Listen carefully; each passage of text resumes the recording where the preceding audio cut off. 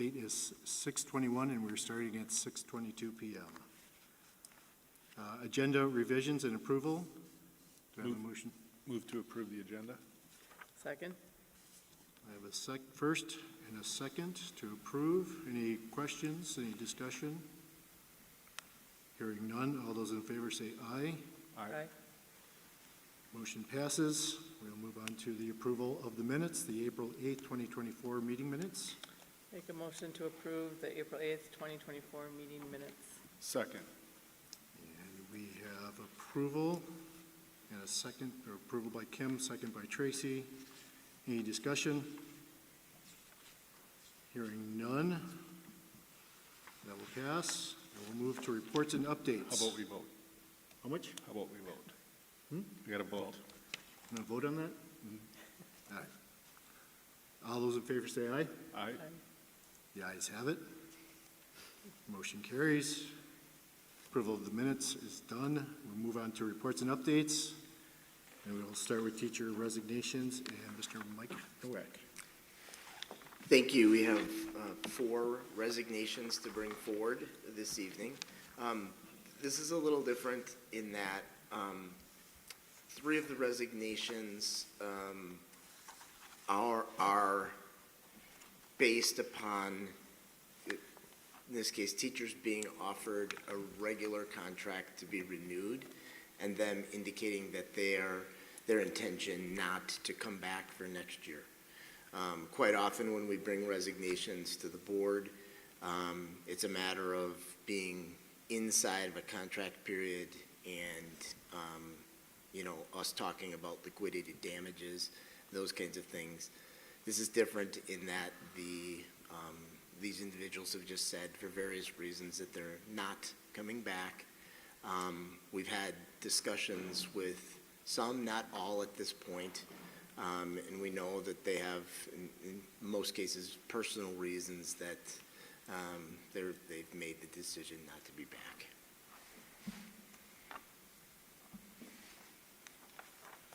Okay, is that it for resignations then? Yes. We'll move on to teacher contracts. Oh, any questions? Sorry. So the 4 of them are expiring short-term contracts that were going to be offered, or 3? 3 of the 4 were expiring contracts, regular contracts that were to be offered. The other was a limited term contract which sunset early. Okay, so the contracts reached their natural conclusion. They chose not to read. Correct. Any other questions? All right, we'll turn back to Mr. Michael Nowak for teacher contracts. Thank you. As you can see, you have many teacher contracts in front of you. The vast majority of these are limited term contract positions. In other words, they're people who we brought in some cases back to the beginning of the 23-24 school year, in some cases in late August, and our preference at that time was to offer a limited term contract as opposed to regular. Some of these positions occurred during the school year. For example, there might have been a resignation and we filled it for, in one case it was January through the remainder of the year, varying lengths throughout. But the underneath the comment section for rationale, if it indicates transition from a limited term to a regular contract, it means that we've seen this person teach. We've, with administration, have made the decision to offer them a contract moving forward, and that's what we're doing at this time. And what that means for us, and it bridges into the discussion of teacher negotiations, because technically those limited term contracts are not part of the salary increase pool. So we have to re-engage with them relative to negotiating an increase. Now, in most instances, what we did is we look at salary. We looked at how long the person was with us. If they were with us for half a year. We tried to gauge the offer to be around half of the amount that was the negotiated increase. So it was prorated. In some cases, teachers were there for the whole year. We tried very hard to offer that negotiated salary increase in full in that scenario. So, and it's important to point out, in cases where their salary may have been at, say, 42,000 or 40,000, we assumed with the comp study projection of 47,500 and the added negotiated increase. That's why you see the salary amounts that you do. Understood. Any questions? So then, sorry. Go ahead. if you don't mind. So then when I see this 50,411 and 11 cents, chances are those were the first-year contracts with both of those numbers taken into account? Correct, and that's the number that does seem to appear often. Yeah, So they went from 40 to 54.11 and 11 cents? 47, well, Well, correct. Wherever they were, yeah. they went to 'Cause that these would have been before the 47,500 47. mark, and then got the negotiated Correct. increase. I'm just, these people were under a contract before the 47.5. Correct. So now we're getting that plus the 4.21, which comes where we get this number. Yep. Fantastic, thank you. Any other questions? We'll move on to staffing update. I think that's you again, Mike. Thank you. We're providing a staffing update, and this is the first time we've used this process at the conclusion of a school year, which adds a little bit to it relative to this is a time when, for example, some aides make the decision to retire. It's a logical time, or to conclude their work. There's sort of a natural break point, if you will.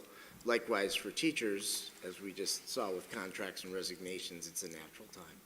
So the staffing update, the first section of it presents current administrative positions and teaching positions that are open. As you know, with David Smith assuming the role of high school principal, we now have an assistant principal vacancy. Also, as you know, we had two elementary principal positions that have been filled. You're aware of those, so we didn't obviously include those in this staffing update. In terms of teaching vacancies, you can see them listed at the moment, at the current time, and I want to give some explanation to this. We're looking at a high school Spanish teacher, high school social studies teacher, an ELL teacher at the district level, a speech language path at the district level, a part-time elementary music teacher. The Amy Bell Elementary Physical Education teacher is seen in new contracts. So at the time when this was created, that position was vacant.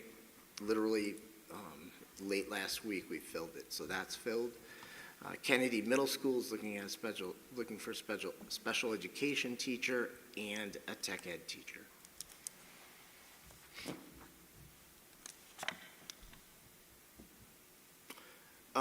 The next section, Hold on a second, I think we have a question Yeah. regarding that. Russ? So those two at Camus that are vacant right now, that's in the natural works of the summer progression yes. to fill? Mhm. Do we have any perspective? Yeah, we've had some candidates apply with the tech ed position. We weren't in a position where we felt comfortable moving forward. We are in the process, and Dr. Reuter may be able to speak to this a little bit, of looking at candidate for the tech ed position. It's unique because certification for tech ed in the middle school in terms of what this position will be doing is a little bit different. So we're trying very hard to make it work. And some of that relies on us looking very closely at licensure and how we can make that work. Yeah, we have two candidates right now that Mrs. Guerin shared with me, that I was working with DPI this morning to look at licensure for tech ed and Project Lead the Way courses. And as that's not a position that many people hold the licensure and come from the outside, private sector field, and there's different venues to gather the correct licensure to be certified, which we have to provide a report annually to DPI related to that our employees we have here meet all the qualifications. So we're working through a few things in the next couple days, and then hopefully we'll be able to offer a candidate a position. And just to clarify with that, there's state licensure through DPI, and then Dr. Reuter referenced Project Lead the Way would be certification.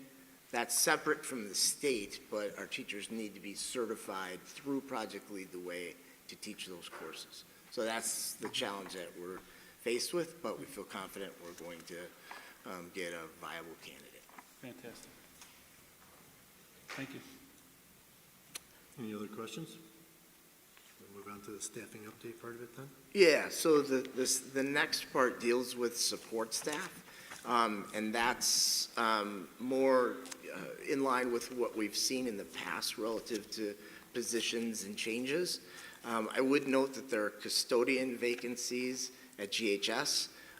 Those are positions for, as my understanding is, for the field house, and it's not a new position, if you will. It's sort of reallocation from our outsourced custodian group to custodians being with us. Other things of note, or situations of note, are food and nutrition supervisor, where we interviewed late last week, and Ms. Altdorf and I spoke this afternoon. We're in a position that we would like to hopefully move forward with the candidate tomorrow in terms of speaking with them. We also are seeking a CNI coordinator position. This is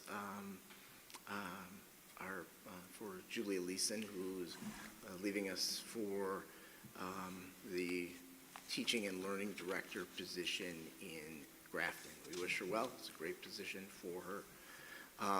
As has been the case, special education aides, as we look to the new year, will be a focus. We have a number of retirements in that area, and we'll work actively to get those filled.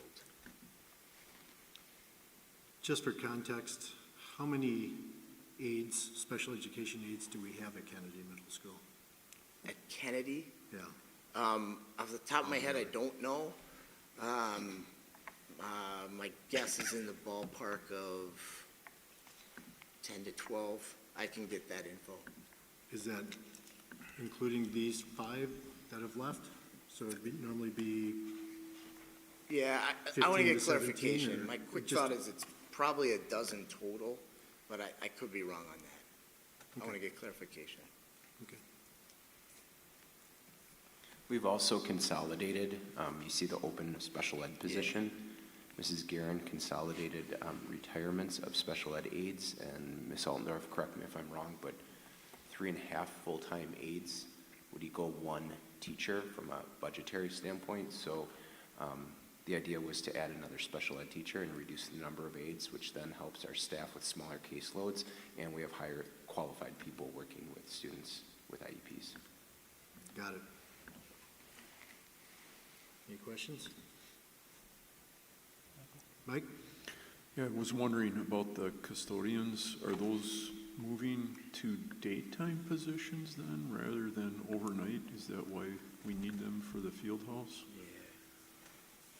Ms. Altdorf, do you want to speak to that? I'd like to go back to the other question. Special ed aides at Kennedy Middle School, we have 10, which equates to 7.3 FTE. Which is down from 14 this previous year with that consolidation piece, when I look at last year's report. That's projected for 24-25. So we need to hire about half that. So These there's, 5 leaving. I'm sorry, so there was 14 FTE or 14 staff? There's I'm two sorry, different- staff. Okay, There were 14 so staff. 14 staff in the current year, correct? Correct. Our projection for next year is 10 staff. With the Uh, addition with of an the- FTE. Excuse, yeah, you're correct. So the 4 reduction would be the teacher that they're hiring, that they have available. So, did he just state there were 5 leaving of I that? was looking at this. Oh, okay. I can tell you that as they're listed as vacant, what's coupled with that is what Dr. Reuter and Ms. Altdorf are talking about in terms of, in some cases, well, not hiring them all. We're not going to exceed what we have. We're going to balance aides with the hire of a new special ed teacher to make it a wash. Got it. Yeah. The special ed teacher will eat up 4 of these. Correct. Yeah. Got it. And then regarding the other question that you had, the 2 FTE for we're calling it the athletics area, so it would cover the field house, the main gym, the multipurpose room, the offices in the athletic department, as well as the pool area and any area within there, and the restrooms in that area would be 2 FTE. They would work a third shift, third shift. I think we have them coming in around the 1:30-ish, 2 o'clock time, and they'd work 8 hours from then. The GSF or outsourcing contract would then be adjusted, which we're working with them on. Did that Okay. answer your question? Yeah, Okay. it does. Very good. Any other questions? All right. We'll move on to unfinished business. I don't believe we have any. That takes us to item number 7, employee handbooks. No, Mr. Mike Nowak for that. Thank you. So this is the time of the year when we begin to bring forward any handbook changes that we're seeking.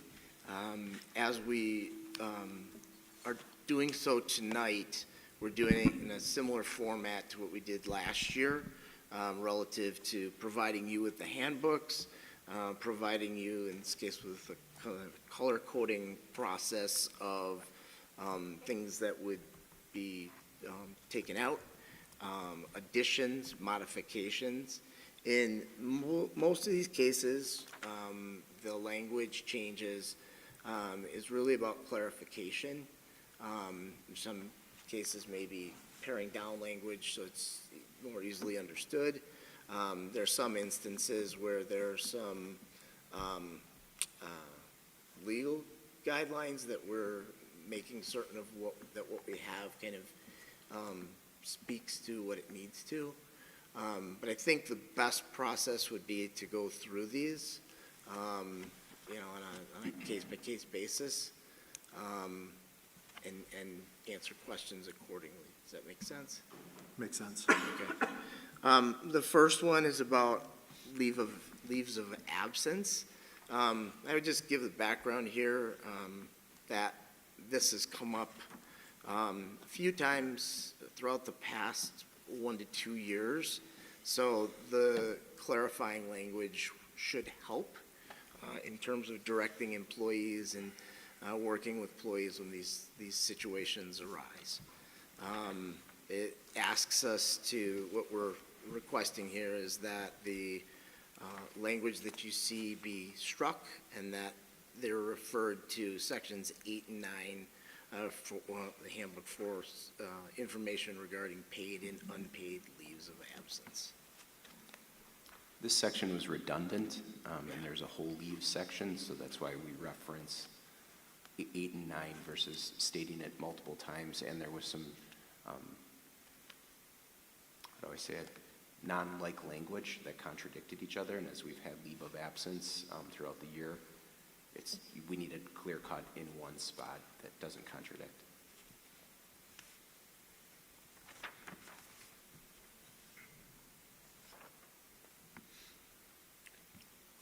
Question? Go ahead, Russ. The recommendations that we're reviewing right now, or seeing right now, Are these coming from administration?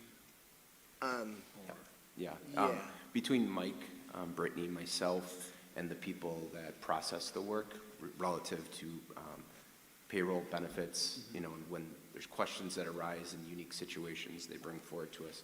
This is what the handbook says, but there might not be enough specificity or it's open to interpretation. So we have tonight, conflicting language? or we've had conflicting language based on the main page to the actual either administrator handbook, teacher handbook, or support staff handbook. So we did a full audit with all three departments to walk through and see where those discrepancies that we kept track of during the year, we could either provide clarity with detail, or we eliminated information that was redundant or contradicting. So the administrative staff did a review of the Correct. information Yep. and are making these Yep, recommendations? between based HR, on- business office, and my office. Okay. Yeah, and the way this, in that, last week, Dr. Reuter and I met with, was it 3 representatives from administrative support to talk through these. The way this often plays out is over the course of a year or semester of time, we may encounter these, where sometimes we need to take immediate action, and we'll bring it to personnel on an isolated basis. But sometimes we kind of put them away to say, okay, when the time comes for the yearly update, we'll include these. We'll go The through natural these. break of the summer would be a good time? Yeah. Yeah, okay. Thank you. The next section deals with paid leave. This is, it has to do some with Skyward, which is our employee management system. And you can see it's asking for language to be struck. Fairly simple, straightforward. The next one, page 50, deals with restriction. The no leave of absence shall be granted for the purpose of seeking other employment. There's language that's struck, and then there's language, a pretty significant amount of language that's added, which gives us clarification in terms of processing and in terms of speaking with staff who these situations, who run into these situations. As you review it, do you have any questions in those sections?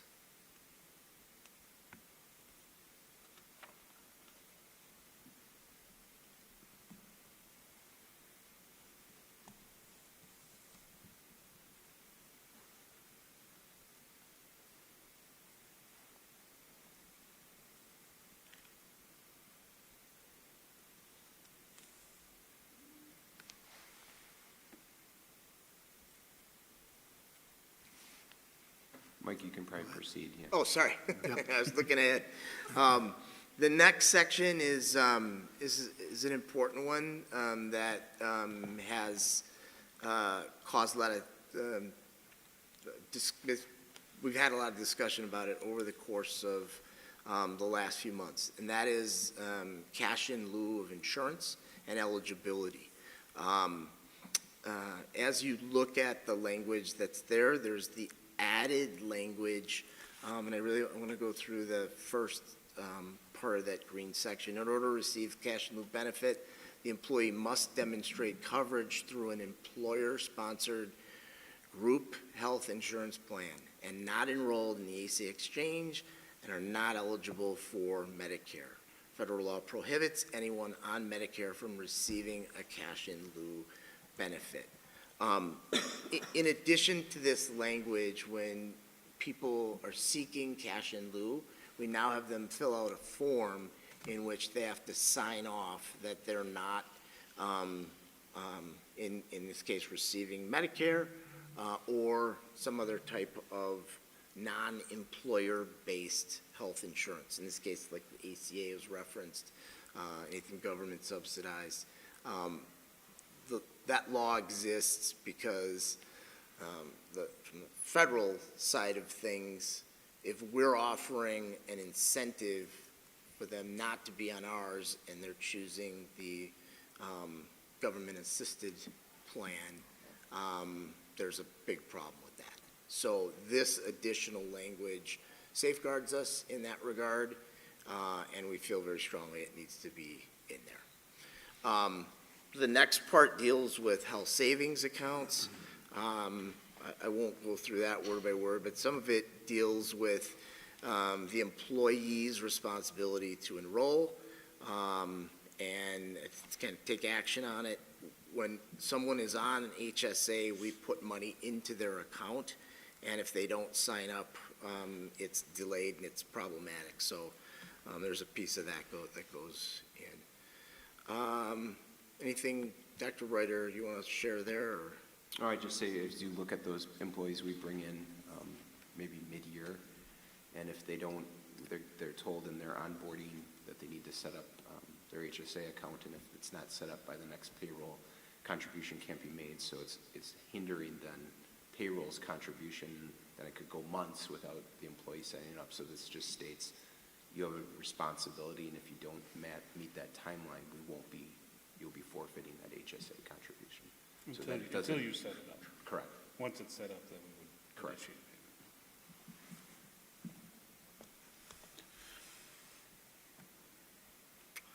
payment. The next section deals with voluntary retirement savings plans. This would be traditional 403Bs and Roth 403Bs through our designated vendors. The change in that over the last 3 years, we moved to a, what would we call it? Virtual-based? What is it? Virtual-based? No, Thank Yeah, you. third-party TPA, administrator. third-party administrator. And the language here speaks to that. That's the vast majority of districts, right, Ms. Altendorf, use third-party administrators. And so the language here kind of clarifies that for us. It spells out our third-party administrator, whereas before is open to any administrator for your. Third-party administrators are used to follow the IRS rules, and that makes the district not responsible, that if somebody would fund it more than the IRS states they can, we wouldn't be responsible for that. The third-party administrator manages that. That's why it's good to have a TPA.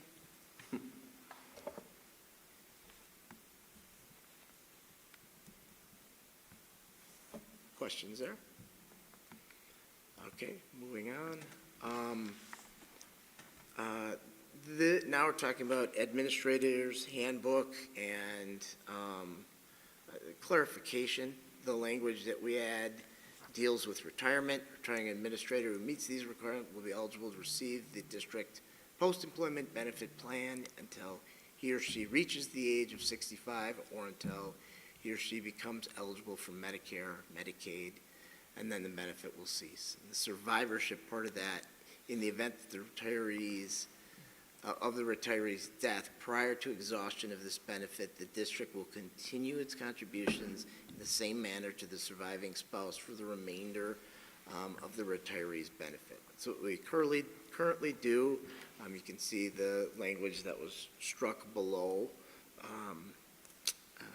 That was done to mirror, it's the same language for the teachers. For whatever reason, the same benefit process was laid out in 2 different formats. So to use consistency of language in the handbook, Yeah. we mirrored that.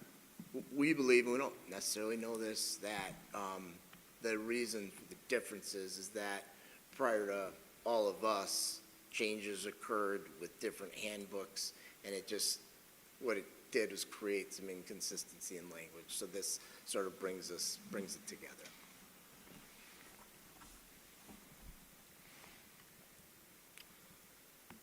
Next part deals with, Yeah, hold on. Sticking with the current item, so the new language is until he or she reaches age 65 or becomes eligible for Medicaid, Medicare, and then the benefit will cease. yeah, Then the new language for survivorship is that in the event of the retiree's death, the spouse will get to continue it for the remainder of the retiree's benefit. But nowhere in there are you saying that once the survivor gets to be Medicare or Medicaid eligible, that the benefit would cease. So if you've got a spouse who's 10 years younger, are they going to get to keep? To the age of the original. No, Yeah. it's the age of the person who received the benefit. So the retiree passes away at age 64 and had one more year of eligibility, their survivor would only have that year of eligibility. Right, but what if their survivor's already Medicare or Medicaid eligible, Then. based on their age? They have to take that, so they wouldn't. But that's not in receive our the language. benefit. It would cease. It would cease. The benefit would cease. It's the employee's, benefit. And, I understand what you're saying. Yeah, but he's correct in pointing out that, given the reason we're making a bunch of these changes tonight as language issues, it wouldn't be the worst to add a sentence, Right, I think it's unless, something that's missing from the language, that if the spouse gets to continue the benefit, but they shouldn't be able to continue the benefit because they're already Medicaid or Medicare eligible, But it's not. it should I think we probably can add language, but it does say for the remainder of the retiree's benefit, which that's defined. Correct. Right, so if But the if- but if- retire- if- But if the benefactor, or the benefactor of it is not eligible because they already are on Medicare or eligible for Medicare, So we that would nullify what the benefit was originally. So in that piece, to your point, Mr. Barney, we could say in the same manner to the surviving spouse for the remainder of the retiree's benefit unless Medicare eligible. Well, the only other add-on to that, and you brought it up, is the opposite, in which case the spouse is much younger, and that's a real possibility too. Yeah, but if they they're only much get it for the younger, then life they're of only the- eligible, Yeah. till the original. Right, but the last sentence of the language that you're striking covers what I'm talking about. You say, or until the spouse attains Medicare, Medicaid eligibility. Sure. So you're striking out the language that covered my concern. Do we add it back? That's up to you guys, but-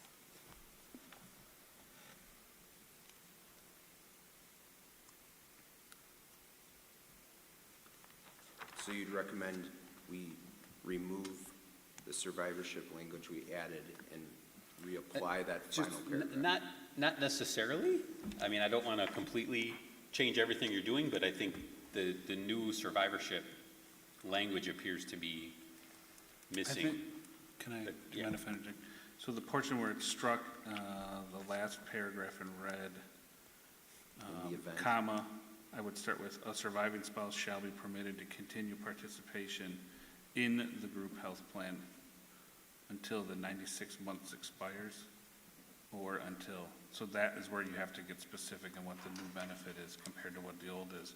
But the language of a surviving spouse shall be permitted to continue participation in benefit or until the spouse attains Medicare, Medicaid eligibility, period. So I think you just have to weed out the 96 months issue. Sure. And then I think that covers both of what you're talking about, Tom? Yeah, I think for the sake of tonight, do we propose it now and put it in, or do we bring it forward in early July, or in July? I would be for doing it tonight, Okay. if we can get it in there. Mr. Ewert, could you restate what you're proposing in the event? So in the new So survivorship. the green language you have is good. And then it should say,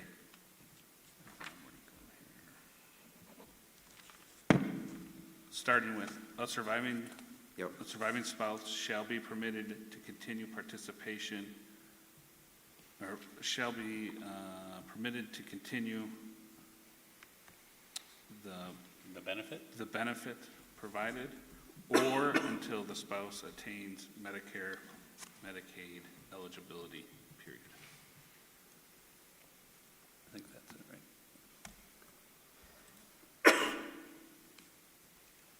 Okay. So we leave the survivorship on page 4 that we added, so I'm going to read this and totality of the two put together. Survivorship, in the event of the retiree's death prior to exhaustion of this benefit, the district will continue its contributions in the same manner to the surviving spouse for the remainder of the retiree's benefit. A surviving spouse shall be permitted to continue participation in the benefit provided or until the spouse attains Medicare, Medicaid eligibility by payment of the premiums to the board, subject to the rules of the carrier.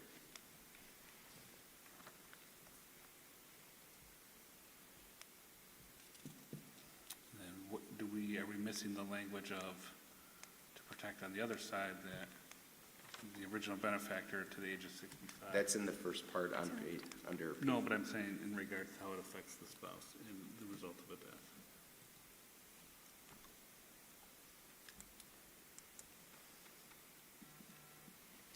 No, because I believe the paragraph before would supersede that it only lasts until age 65. Yeah, for the employee, but then under survivorship, you probably need to have that in there. Clarifying language, that's Yeah. also Well, it says in the same manner to the Oh, surviving yeah. spouse. Never So mind. it, Sorry. you know what I mean? The paragraph before it clarifies that. Okay, We'll make that edit then. So good. sorry. You can have your committee back, I apologize. That is fine. Moving forward, we have some that are fairly straightforward. The first one deals with severance pay, and as you look at it, if you look close, you can see there's the addition of the word sick about halfway through, relative to accumulated leave days. It used to just read, for all unused accumulated leave days, and adding in that clarifier of sick signals that those are part of that, they're to be included. That's, question has come up, so a fairly simple switch there. Good with that. Moving on, the next section deals with contracts and particular liquidated damages.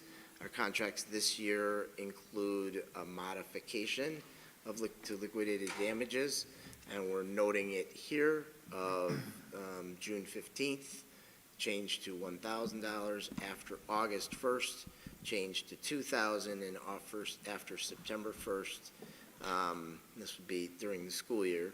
Well, after September 1st, let's put it as that. There's a forfeit of, it should be $4,000. It should read $4,000. Yep, I'll make the change. Yeah, okay. And then, moving on, retirement.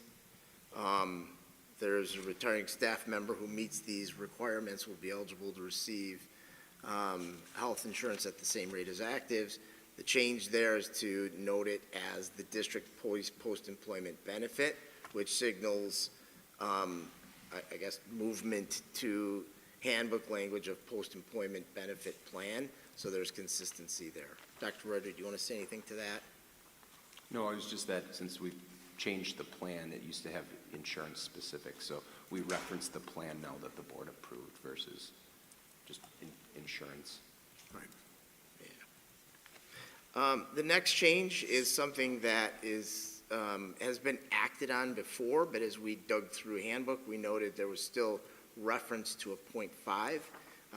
The language now supports us not having in professional technical a salaried employee at the .5 FT or more. That should be, we should strike that. Moving forward. Real quick, I think you need to strike the word "or" in there also. Okay, Hours per week will be, yep. Okay. Vacation, professional technical shall have 4 weeks of vacation. Vacation days will be prorated based on the total number of work days annually. Where this comes into play is some of our professional technical staff are not year-round, and it's not appropriate for them to have the same amount of vacation as year-round staff. So dealing with this, us dealing with this on a individualized basis with the note of where prorating allows us to do so. Yep, so if a professional technical employee is 260 days, they would receive the full 4-week vacation, but let's say they're 220 days, we'd prorate that down to 5.1 or whatever that number would be, so that the benefit reflects the number of days versus everyone gets the same, but I might work 40 less days in my hire. Right. All right. And the final clarification deals with overtime, and that's the incorporation of the language, employees will receive compensated leave time at a rate of 1.5 times in lieu of overtime for all hours worked over 40 hours in a week. This replaces the language in red that you see. All right, thank you very much. Any questions? When we make this motion, do we need to highlight the few major The changes? changes? Okay, I think I'm prepared to do that. I think. If you think you're prepared, we have no other questions or discussion on it. Anybody? Nope. Go ahead and take a stab at it, Tracy. All right, here we go. I'd like to make a motion, move forward with a positive recommendation to the full board to approve the modifications of all of the employee handbooks as presented, including the following changes. On page 4 of the admin handbook, under survivorship, shall now read, in the event of the retiree's death prior to exhaustion of this benefit, the district will continue its contributions in the same manner to the surviving spouse for the remainder of the retiree's benefit. A surviving spouse shall be permitted to continue the benefit provided or until the spouse attains Medicare, Medicaid eligibility by payment of the premiums to the board, subject to the rules of the carriers. Also, under teaching staff handbook, page 4, under contracts, it shall read, after September 1st, she shall forfeit $4,000. And under the professional technical employees handbook, page 3, under insurance, needing to strike the word or under health and dental insurance. I will second. All right, I have a first by Tracy, or motion by Tracy, and a second by Ms. Higginbotham.